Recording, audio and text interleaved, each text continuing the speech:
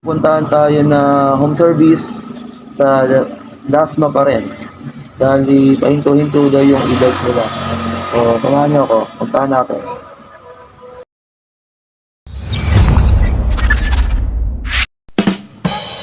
What's up mga ka-e-bike? Gandang araw sa inyo. Kumusta naman kayo at panibagong araw na naman. Ngayon ay may tumawag sa amin. Bali nag-home service nga kami. Malapit lang naman dito. Puro mga mga 5 kilometers. Na humihinto-hinto yung e-bike. So alamin natin kung ano yung issue niya. Kasi daw bigla na lang daw na mamatay. So malalaman natin kung ano yung problema ng e-bike niya kapag nakita ko na. No, napakaganda ng umaga at may home service tayo. Kayo, kumusta ang inyong mga e-bike at ipa-check up nyo na kapag may mga nararamdaman kayong hindi maganda. Pasensya na kayo sa aking camera, cellphone lang ang gamit natin. At iniiwan ko yung aking dashcam nasa bahay. Yan. So cellphone lang para mabilis na mag-edit. So yun, dito tayo sa Cavite. Ang gamit pala nating e-bike ngayon ay si Chelsea Purple. Yun, 1000 watts. Yan, upgrade na natin. Uy, Valentine's Day na. Daming mga puso-puso na sa gilid. Kayo ba? Kumusta ang inyong mga puso, mga ka-e-bike?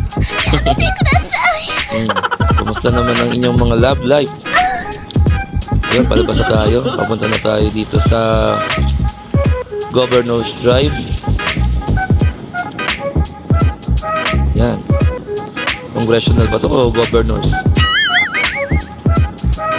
Approaching na tayo sa Dasmariñas, Cavite. Yan, paglampas natin ng tulay, Dasma na yan. Kayo ba, anong mga e-bike ang gamit mo? Gaano nakalayo ang natakbo ng inyong e-bike? Ilan na ba ang nabunggo nyo? Hindi, nabunggo. Ilan na bang beses kayo nagpalit ng battery? So yan, dahan-dahan lang tayo. At keep safe always. Safe ride lang tayo, no? So takbong pogi lang. Hindi totoo yan. Mga kasabayan natin. Matutulin sila, lalo na pag mga kasabayan nyo, mga naka-raider. Yan, talagang gagandang mga motor. Ba't nga ba hindi tayo nagmotor, nag-e-bike na lang tayo? Kayo ba, mga ka-e-bike, bakit yung iba sa inyo ay hindi na nagmumotor, nag-e-bike na lang din? Saka nga pala, viral ngayon tayo sa Facebook.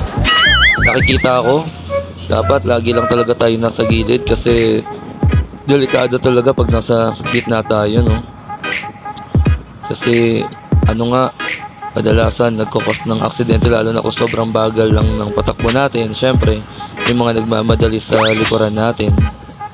Yan, si kuya, alanganin na, sumusuksok talaga ng ganun grabe. Bali lang tayo, chill ride lang. So andito na tayo sa going to Dasmariñas SM, SM. Tapos yung right papunta naman yan sa Paliparan to sa Katri. Dito tayo sa Unitap, Dasmariñas, Cavite. So dito na tayo sa gilid dahil liliko naman tayo na. Hindi na nalalayo at marami ng sasakyan dito sa right natin. Paliko na tayo dito. So pwede na tayo ditong gumitna. Okay, so keep safe lang tayo lagi. Make a clear. Saka tayo papasok. Yan, paabantayin muna natin sila.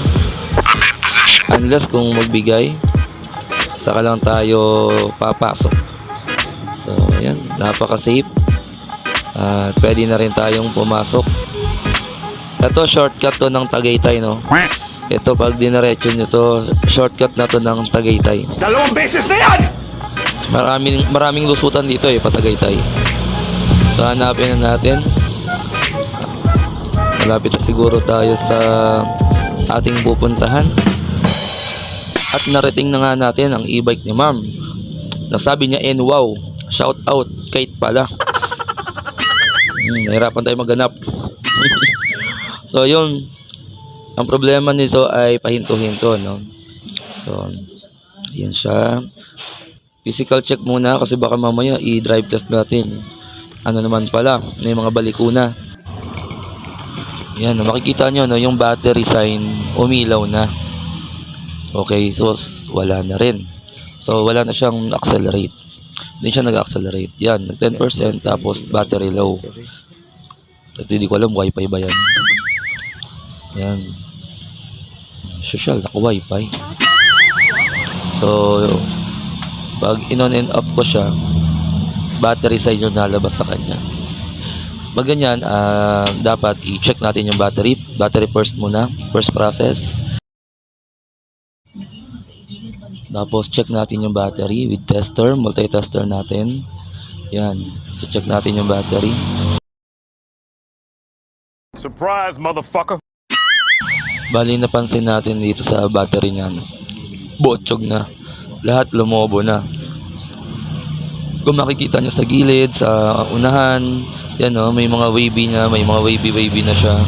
So, confirmed na battery na talaga yung sira. Lobo na siya. Tapos 1 year pa lang yung battery niya. So bakit ba humahantong sa ganun? Na-overcharge na daw kasi to. So wala siyang timer, no? Yan, nagkadikit-dikit na sila. So malinaw na malinaw, yung home service natin ngayon is battery issue. Bigla na lang nalalobat. Okay, so malinaw, battery yan. Pag ganyan, sira na yung battery mo. Hindi mo siya naalagaan ng tama sa oras. Sobra-sobra yung charge, no? Pag ganon. So, kailangan din kasi may pahinga yan before and after gamitin. Pakinggan natin si ma'am kung ano nangyari dito. Ilang oras po kayo nagcha-charge? Pagka nag-green na, binubunot na. Mga tansya nyo po, ilang oras kayo yun?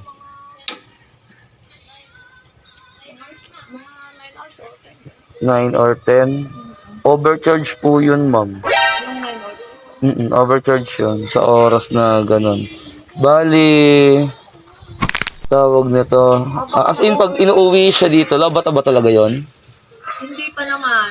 Hindi pa naman. Ayun, lalo na kung 9 or 10 po kasi nainit yung battery.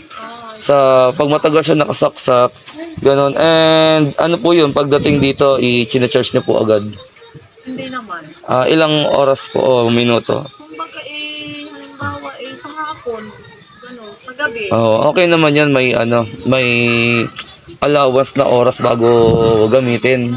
Tapos kapag i-charge po, may allowance. Tapos pag bago naman gagamitin, dapat may ganun pa rin. May rest pa rin. Pero nadali po kayo nito sa tagal ng charge. Yun lang siguro kasi minsan umaga na nabubot sa umaga na nabubot. Oo. So meron po kaming device na may timer po kami na isaset nyo lang ng 3 hours, 5 hours, 6 hours. Kusa na siya mag-off kahit patulog kayo, wala nang papasok na kuryente. Meron po kaming ganun. Kung nyo po gusto nyo mag-avail nun, sabihin nyo lang po. So malinaw na galing kay customer mismo. Sabi niya na natutulugan daw nila tapos kinabukasan na daw nila nabubunot. Okay, so ibig sabihin talaga lampas-lampasan na sa oras. So ingatan po natin ang ating mga e-bike, ating mga battery dahil mahal po talaga yung mga price din ng battery kahit pa paano, di ba? Maglilibo pa rin po yan.